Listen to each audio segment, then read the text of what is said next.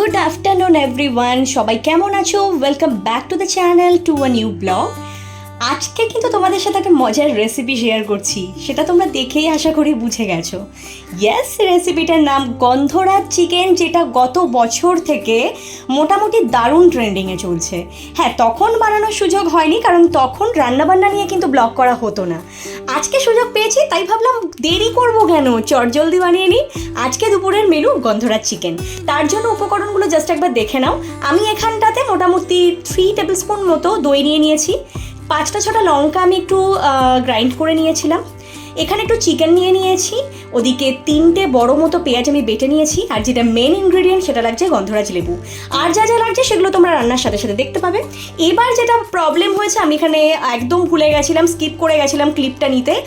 মাঝে মাঝে রান্না করতে করতে এই প্রবলেমটা আমার হয়। সো যাই হোক, এবার আমি ওই দইটা, যেটা তোমরা দেখলে, পুরোটাই নিয়ে নিয়েছি প্লেটে যতটুকু ছিল।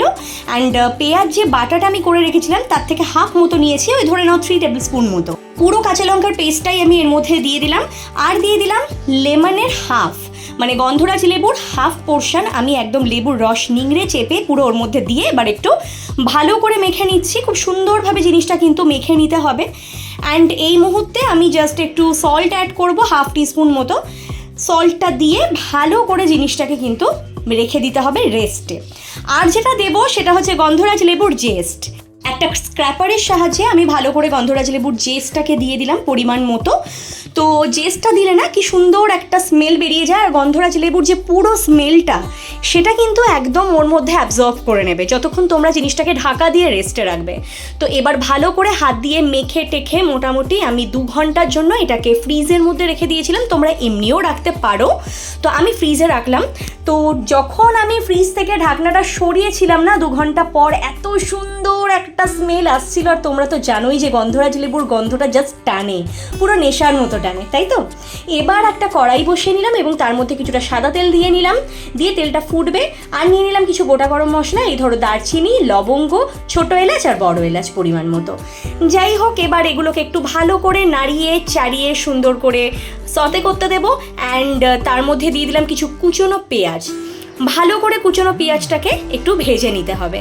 হালকা মতো যখন বাদামি বাদামি কালার হয়ে আসবে, তখন যে বাকি পেঁয়াজের পেস্টটা আমি রেখে দিয়েছিলাম সেটা কিন্তু আস্তে আস্তে কড়াইয়ের মধ্যে দিয়ে দেবো। অ্যান্ড এবার একটু ভালো করে সতে করতে হবে। পেঁয়াজটা যাতে নরম হয়ে আসে তার জন্য আমি একটু হাফ টিস্পুন মতো সল্ট দিয়ে দিলাম। আর যেটা দিয়ে দেবো পেঁয়াজের কালারটা খুব তাড়াতাড়ি পরিবর্তন হওয়ার জন্য, সেটা হচ্ছে চিনি।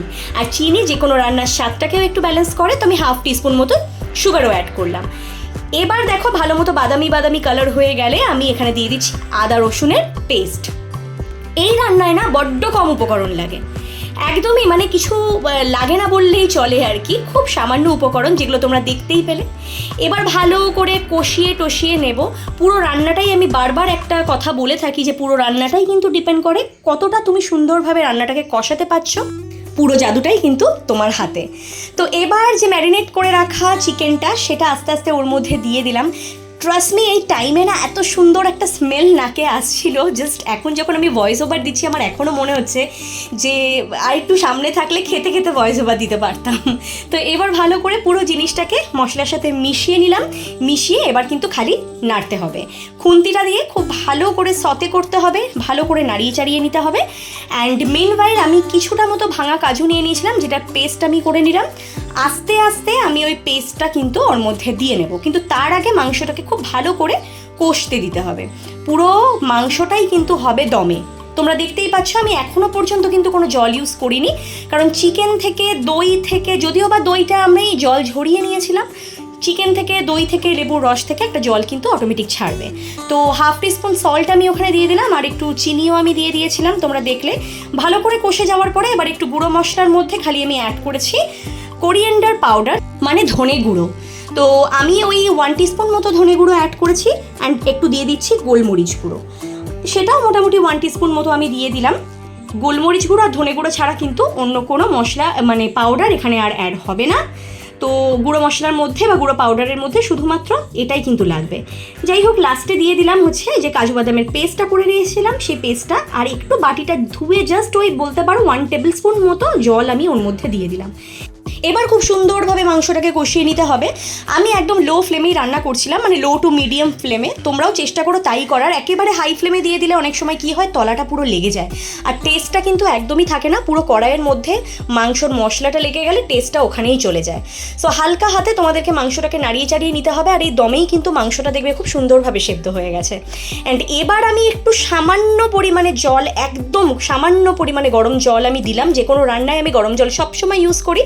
ঠান্ডা জল দিলে কি হয়, কুকিং প্রসেসটা কিন্তু ওখানেই থেমে যায়, বাট আমি এখানে গরম জল ইউজ করছি। তোমরা যারা দেখছো তোমরাও তাই করো, গরম জল ইউজ করো। অ্যান্ড দেখো মাংসটা কিন্তু পুরো কষতে কষতে হয়ে গেল। ন্যাচারালি এই মাংসতে জল লাগে না, বাট আমি একটু সামান্য জল দিয়েছি, কারণ সোম গ্রেভি খেতে খুব পছন্দ করে, তাই জন্য। মাংসটা সিদ্ধও হয়ে গেছে সুন্দরভাবে। ওপর থেকে দুটো চেরা কাঁচা লঙ্কা দিয়ে দিলাম, কারণ চেরা কাঁচা লঙ্কার যে স্মেলটা সেটা অসাধারণ লাগে ঢাকা দিয়ে রাখলে। অ্যান্ড একটু সামান্য গরম মশলা দিয়ে ব্যাস মাংসটাকে নাড়িয়ে চাড়িয়ে এবার আমি সার্ভ করে দিয়েছি। আজকে গন্ধরাজ লেবুর চিকেন একদম রেডি তোমাদের সবার জন্য। কে কে খাবে তোমরা দৌড়ে চলে এসো, তোমাদের জন্য কিন্তু আমি অপেক্ষারত। যেদিনই তোমরা আসতে চাইবে বাড়ির অ্যাড্রেস আমি দিয়ে দেবো, তোমরা চলে আসবে, আমি তোমাদের জন্য নিজে হাতে রান্না করে খাওয়াবো। রেসিপিটা আজকে কেমন লাগলো কেউ জানাতে ভুলো না। ভালো লাগলে লাইক কমেন্ট শেয়ার করো, অ্যান্ড সাবস্ক্রাইব করতে একদমই ভুলো না। আজকের জন্য এটুকুই, দেখা হবে নেক্সট ভিডিওতে।